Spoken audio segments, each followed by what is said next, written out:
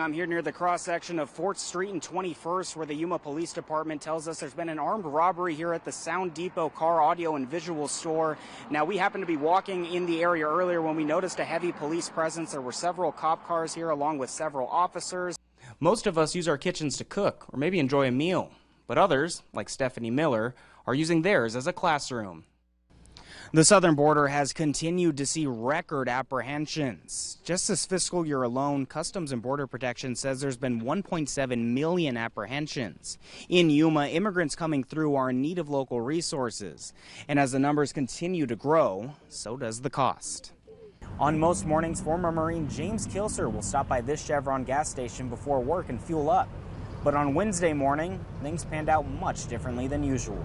While there are many ways for veterans to get assistance, one way you may not have heard of is horse therapy. And for veterans right here in Yuma, these animals have been a big help. Fentanyl, a synthetic opioid, has become a growing problem throughout the United States. And the same can be said for Yuma County. The highly addictive and deadly drug has local law enforcement concerned. Fentanyl is a very dangerous drug. It's a very deadly drug, and it makes no exceptions of adults, minors, or whoever. Edgar Guerra is a sergeant of intel for the Yuma County Sheriff's Office. His job is to identify criminal trends in our area. One trend is the rise in fentanyl, something which has rapidly grown since he first started in 2009.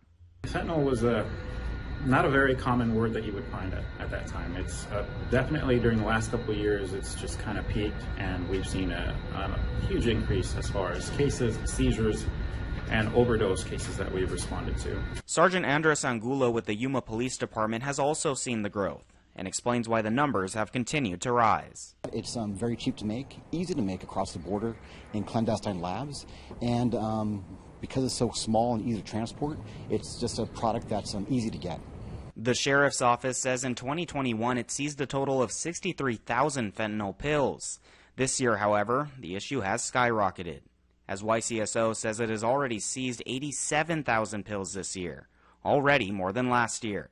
The high amount of pills in our area has quickly proven to be deadly as well. YCSO says there were 60 drug overdose deaths in the county last year. 33 of them were caused by fentanyl, including 2 juvenile deaths. So it's paramount that we educate our community about the dangers associated with fentanyl.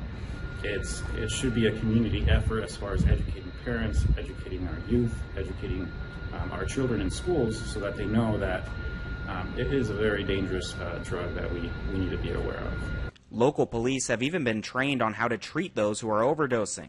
Since 2016, the San Luis Police Department has even supplied all its officers with Narcan.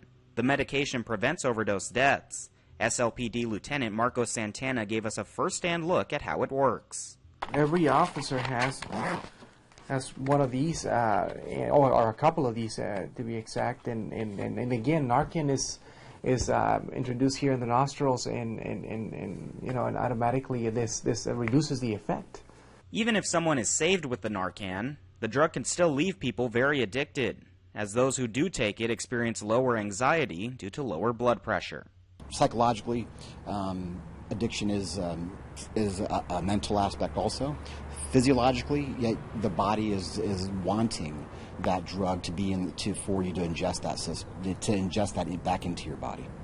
For now, the problem continues as officers deal with an issue that has destroyed so many lives. It hasn't ended, obviously, and it's something that we continue to do our very best for our community. If you happen to see someone overdosing, some of the signs include lower breathing and gurgling. Once you see these symptoms, it's vital you call 911 as soon as possible so an officer or paramedic can issue the Narcan and hopefully save a life. Reporting in Yuma, Luis Lopez, 13 on your side. Following the death of 25-year-old Tamisha Wilder and her 2-year-old son, Roy Wilder Jr., the family is speaking out and simply wants to know why it happened. Speaking for the first time since the murder of a mother and child, the family of Tamisha Wilder remember her as someone who always brightened their day. My daughter was so beautiful. She was so silly. Tamisha's son, Roy Jr., also brought joy into any room he entered, something he was just learning to express. He was everything.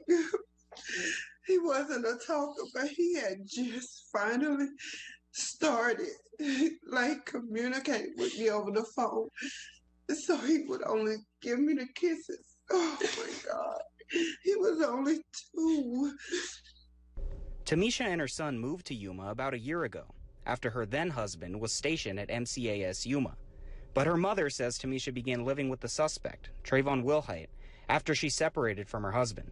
Police say Wilhite was at the scene Tuesday at their home on Magnolia Avenue when they arrived, finding both Tamisha and her son murdered. Officers only releasing the initial cause of death as severe blunt force trauma. Thursday, Wilhite was back in court, surrounded by 8 deputies.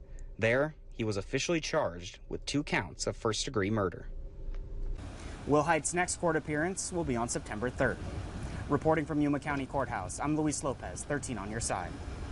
Following severe flooding on Friday, neighborhoods in Gila Bend, like the one I'm currently in right now, have begun the rebuilding process.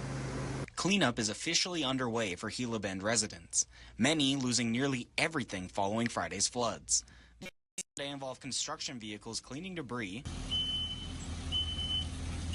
and volunteers coming out to help displaced families.